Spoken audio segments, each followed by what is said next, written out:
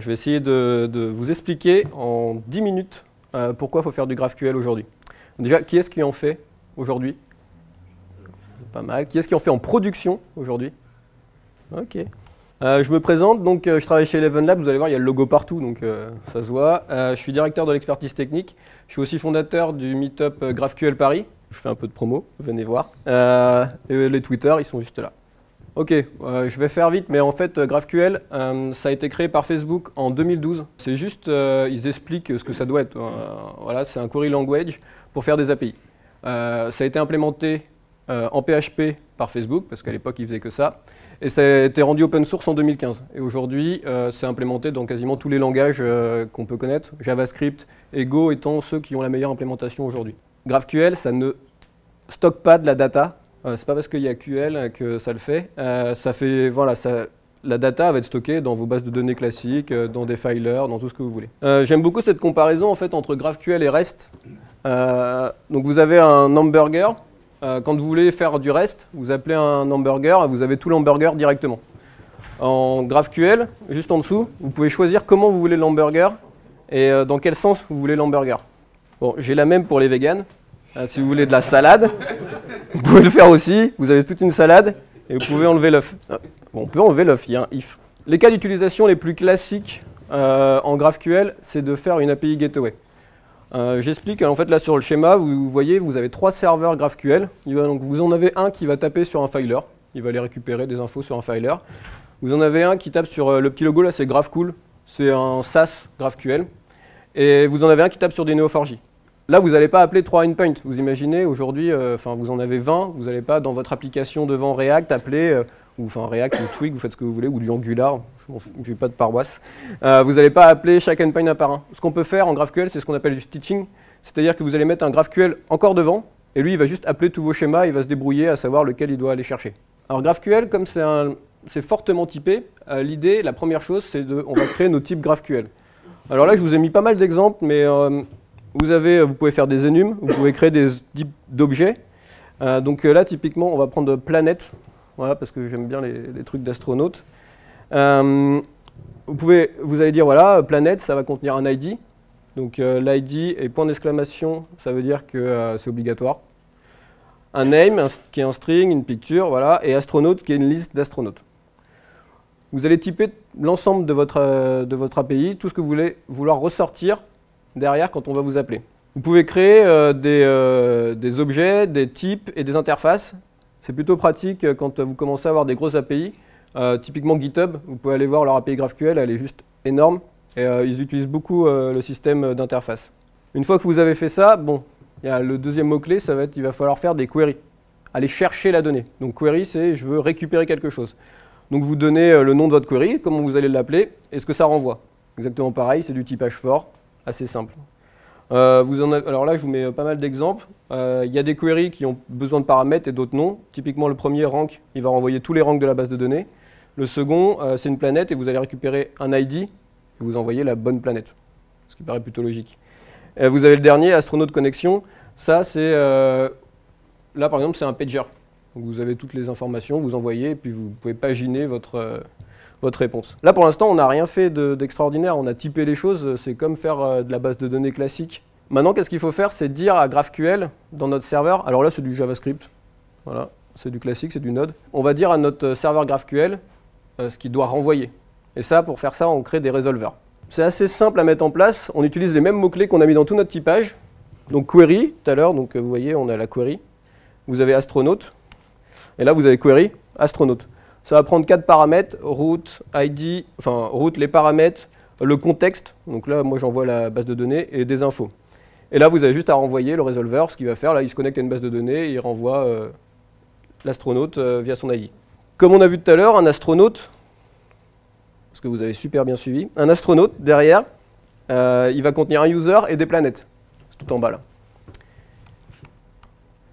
Ce qui est cool en GraphQL, c'est que ça, on ne va pas le faire en une seule query. On ne va pas récupérer l'astronaute et récupérer à la fois user et planète. Le but, c'est que tout soit pas dépendant. Là, ce qu'on aurait fait dans une base de données classique, vous auriez fait après un inner join, et puis vous aurez plein de jointures.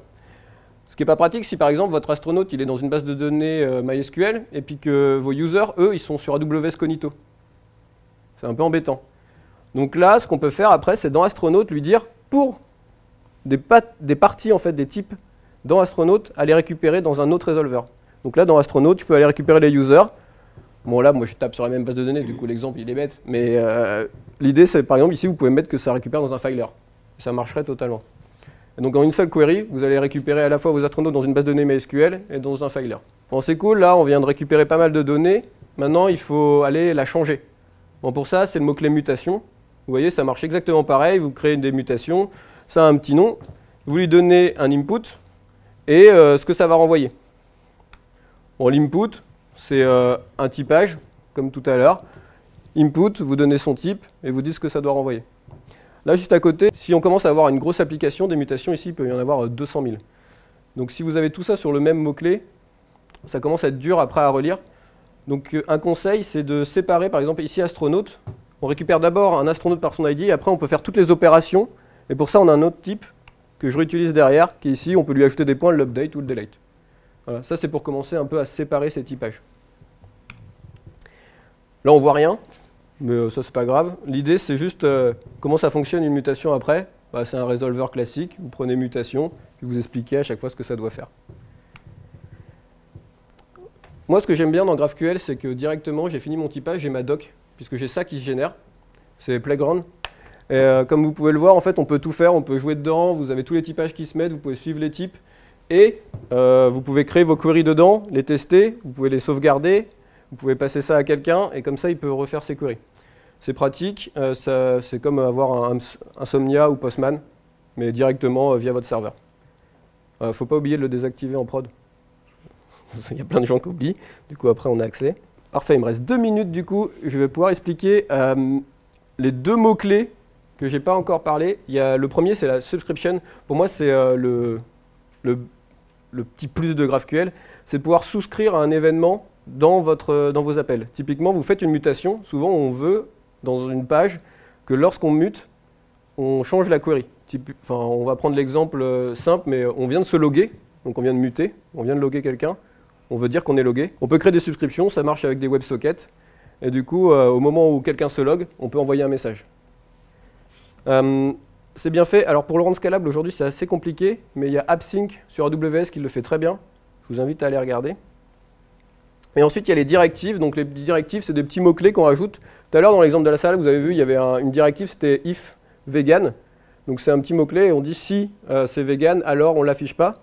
Donc là, typiquement, c'est une directive d'authentification. Je peux rajouter ça sur n'importe quel de mes fields, sur des queries, voilà. Et à chaque fois que ça va passer dedans, ça va vérifier que mon utilisateur, il est logué. Alors pourquoi je vous invite à utiliser aujourd'hui GraphQL, c'est parce que c'est utilisé par toutes ces boîtes. Moi, je pense qu'on en connaît pas mal. Facebook, 20 minutes du coup, et GitHub. GitHub, vous pouvez tester leur API GraphQL, elle est vraiment bien faite. Ils ont mis tout en place, vous avez directement le Playground qui est disponible. Vous pouvez le tester. Vous pouvez jouer un petit peu avec et regarder comment ça fonctionne. Ça permet vraiment de faire beaucoup de choses. Voilà, j'ai terminé. Je vous donne juste des petits liens. Je fais donc en React et tout ce qui est Node. Je vous invite à utiliser Apollo. Apollo, c'est de la librairie de référence pour faire du GraphQL. Ça fait à la fois votre serveur, votre client, et puis ils ont un petit truc qui s'appelle Engine. C'est très cher, mais si vous avez de la thune, allez-y, faites-vous plaisir. Mais ça permet en fait de suivre les performances de votre GraphQL fields par fields. Donc chaque petit field, vous pouvez savoir. Bon, GraphQL.org, ça explique tout. Et après, vous avez aussi sur le blog d'Eleven, sur le GitHub, on a plein de projets GraphQL. Aujourd'hui, on en fait en production sur quasiment tous nos projets au studio. Et ça fait un peu plus d'1 an et on en est assez content. Et je vous invite, il y a la GraphQL Europe au mois de juin à Berlin. Et il y a le Summit GraphQL l'année prochaine au mois de novembre. Je crois que c'est à Las Vegas. C'est plutôt sympa. Tu peux expliquer comment on intègre GraphQL côté client et côté serveur et comment ça fait communiquer les deux? Bah, alors côté serveur, c'est assez simple. Hein. Nous, on utilise par exemple Apollo, donc on pose, c'est un serveur Node, c'est comme de l'Express. Ça va se poser devant et tu vas juste faire tes typages, tes résolveurs. Et derrière, en fait, tout est fait en post. Donc tu appelles ton API en post. C'est une des problématiques du coup, parce que je ne donne pas les défauts. Mais le problème, c'est que comme on appelle en post, il n'y a pas de cache HTTP classique. Donc il y a des grosses problématiques là-dessus. Ils sont en train de les travailler en utilisant les persistants de query. Ensuite, en front, c'est assez simple. Pour créer une query, c'est t'envoies du JSON, quoi. Donc, t'envoies un JSON, c'est tout un body en expliquant la query, ce que tu veux faire, les fields que tu as envie, et tu l'envoies en post sur ton serveur. Voilà.